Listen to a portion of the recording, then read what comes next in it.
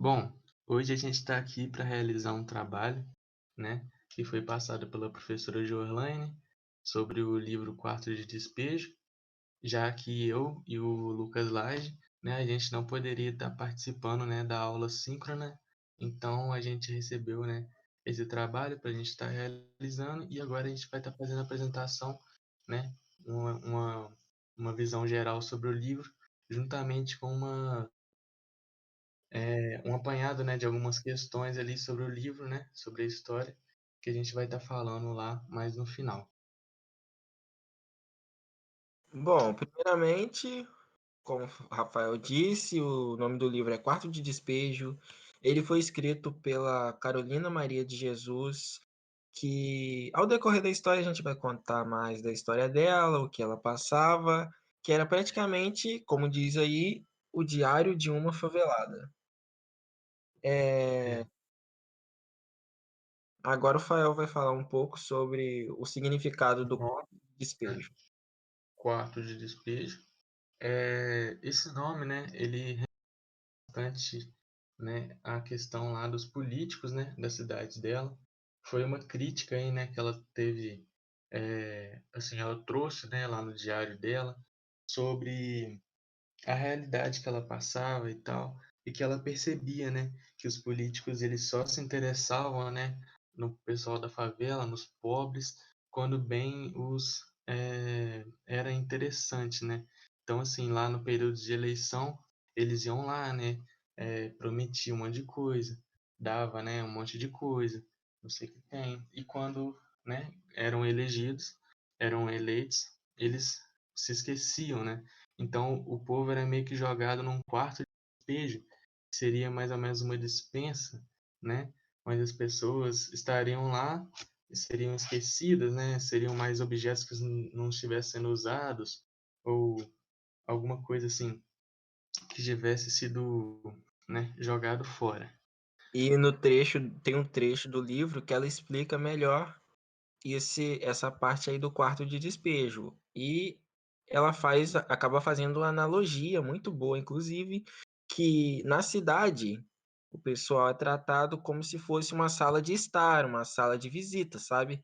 Que as pessoas vão direto, então ela tem que estar bem organizada, tem coisas bonitas em volta para receber as pessoas. E já o quarto de despejo, né, é aquele negócio meio bagunçado, que ninguém liga, só vai lá quando tá precisando. E foi isso que Não é, não aparece, né? Não tem que ter uma aparência boa, é, exatamente. né? É isso. Então, assim, aí já no quarto slide, já mostra aqui uma foto da Carolina, né? A Carolina Maria de Jesus, ao lado da capa do livro, né? Ela que foi a autora do seu diário, né? Ela não, ela só teve 2 anos de escolaridade, nunca teve uma escolaridade muito boa, mas desde sempre ela se encantou, né? Pela leitura, pela escrita. Então aí ela começou a escrever um diário. E aí um dia, né? O jornalista que era o Audálio Dantas, ele visitou lá a favela do Canindé, né, que era onde ela morava, e Que aí ele acabou tendo contato, né, com as pessoas lá da localidade, acabou tendo contato com ela e descobrindo, né, que ela estava escrevendo esse diário, né? Aí ele acabou, né, dando a ideia de estar passando para um livro e tal. e acabou que ela meio que foi ficando famosa. Esqueci de falar também que essa favela no Canindé se localiza em São Paulo e atualmente é onde ali na região do Rio Tietê, ali por perto. Sim, O que eu estava falando antes era que ela acabou ficando um pouco famosa, né, na cidade dela, na periferia. Na cidade não, na periferia, onde ela morava, na favela. E é isso aí. Tanto que ela até apareceu em alguns jornais, como esse aí, ó, que está retratado aí na imagem. Deixa eu... né? Antes de postar o livro já estava em alguns jornais aí que ela já estava escrevendo, né? E o É, povo já estava reconhecendo, né? Ela como uma escritora. exatamente. Como... Já tem algumas fotos também do pessoal lá dela, né? E ela junto aí, eu não sei se é mexendo em algum. coisa assim, parece. É, Achei alguma coisa no chão ali. a vida dela era bem difícil lá. Inclusive, eles acordavam cedo para ir buscar água. Aí a comida, eles sobreviviam indo em açougues, no lixo dos açougues. Aí pegava aqueles pedaços de osso que ficava um pedacinho de carne, sabe? Aquele pedacinho de carne e acabava levando aquilo para casa para Sim. poder ter o que comer. Ela relata em várias partes no livro, né, a dificuldade de dar de comer para os seus filhos, né? Relata que seus filhos estavam passando fome, muitas vezes mesmo, até que na edição, né, dos livros, várias edições eles acabaram tirando, né, algumas vezes que ela falava essa questão da fome e porque de tanto que se repetiu, né, tiveram alguns assuntos que eles se repetiram tantas vezes, né, foram fatos tão recorrentes que as edições acabaram meio que ocultando, né? Para não ficar tão repetitivo, né? O livro e ficar de uma forma mais, Interessante para a uma gente forma, poder ler. sim, uma forma mais leve, né? De se ler. Bom, o que a gente for lembrando, a gente vai falando, mas vamos para as questões, né? Quer começar, Fábio? Pode ser. A primeira questão, né, que a gente recebeu foi a seguinte: verossimilhança significa semelhança com a verdade. Em literatura, o termo designa a ideia de que aquilo que é narrado se assemelha à realidade. O livro em questão reproduz fielmente a linguagem da autora, que muitas vezes contraria a gramática. Explique com fundamentos na narrativa que perdas o leitor teria caso a edição do livro realizasse uma correção gramatical nos escritos de Carolina. Então, assim, essa questão está perguntando o quê? O que o leitor perderia caso fosse corrigidos, né, os erros de concordância, né, e assim fosse feito, né, com que o texto da Carolina virasse um texto formal, né? É mais ou menos isso que a questão está falando. É, Então, assim, a gente já notou que com certeza o leitor não teria a mesma percepção da realidade, né? Ele não teria mais aquele ponto de vista, né, da Carolina, porque assim, o jeito dela escrever é um jeito bem curioso, né? Ela mistura, por ela ler um pouco, ela acaba misturando, né, algumas palavras que são palavras da norma culta, né, com algumas palavras que nem existem. Então, assim, acaba trazendo, né, esse contato mais direto com ela. Então, assim, se fosse alterado, né, a escrita, com certeza o leitor ele perderia já de cara, né, essa autenticidade do texto dela. E aí já alteraria também o ponto de vista, né? Assim, tudo que ela passa, né, a questão dos filhos, a questão dos vizinhos, né, a questão dos homens que eram interessados nela e tudo mais.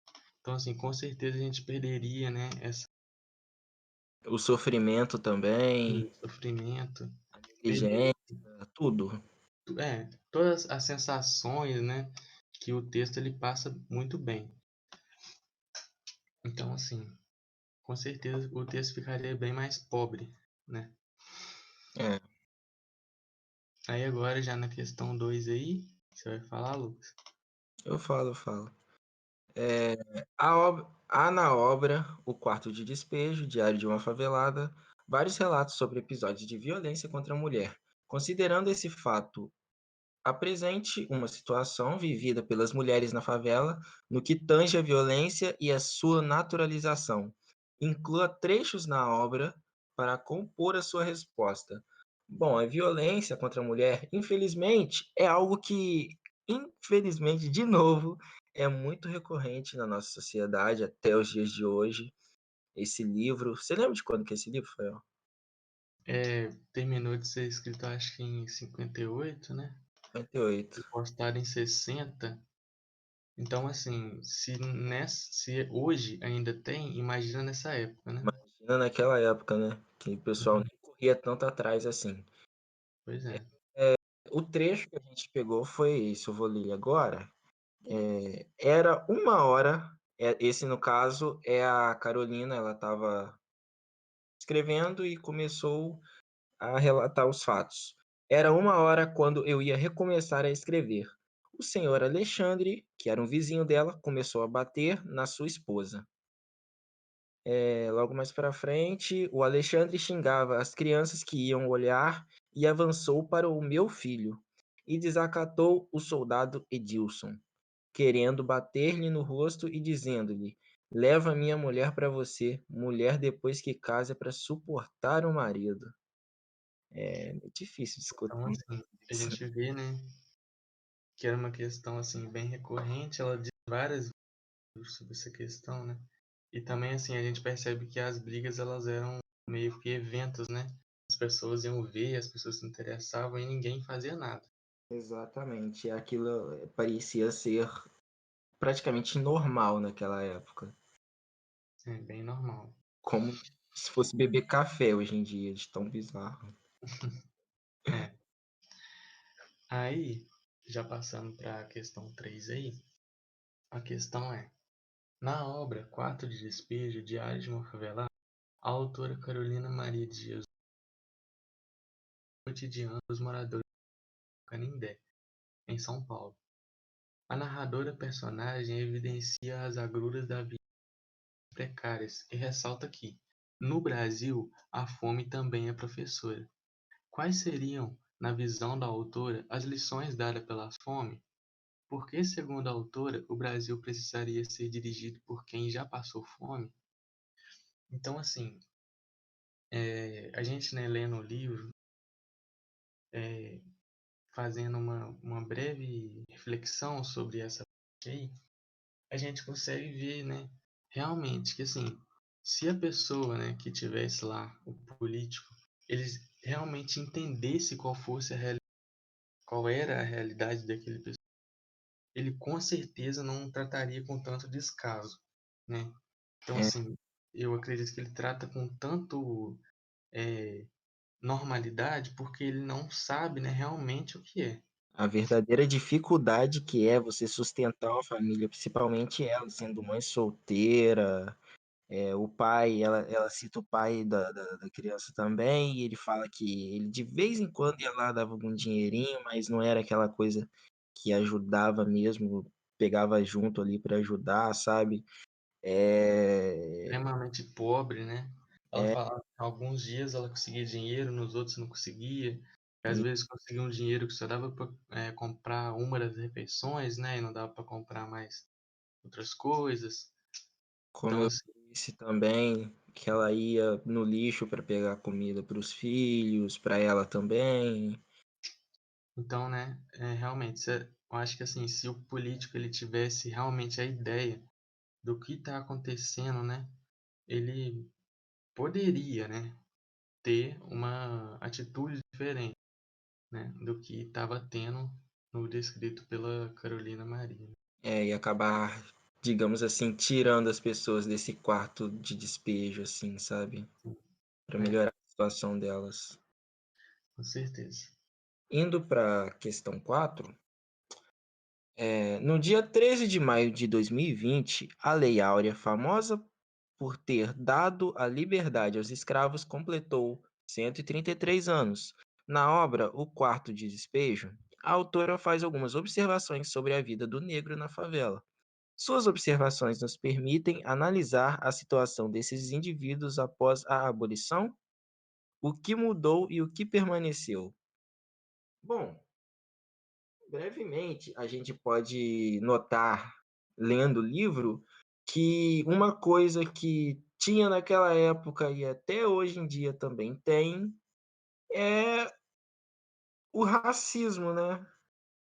Que normalmente as pessoas que iam para a favela eram as pessoas negras, pessoas que não tinham uma condição boa por serem negras e que acabavam indo para as favelas e acabavam sofrendo daquele jeito. Sim. É mais fácil a gente falar coisa que não mudou do que coisa que mudou, né? De fato.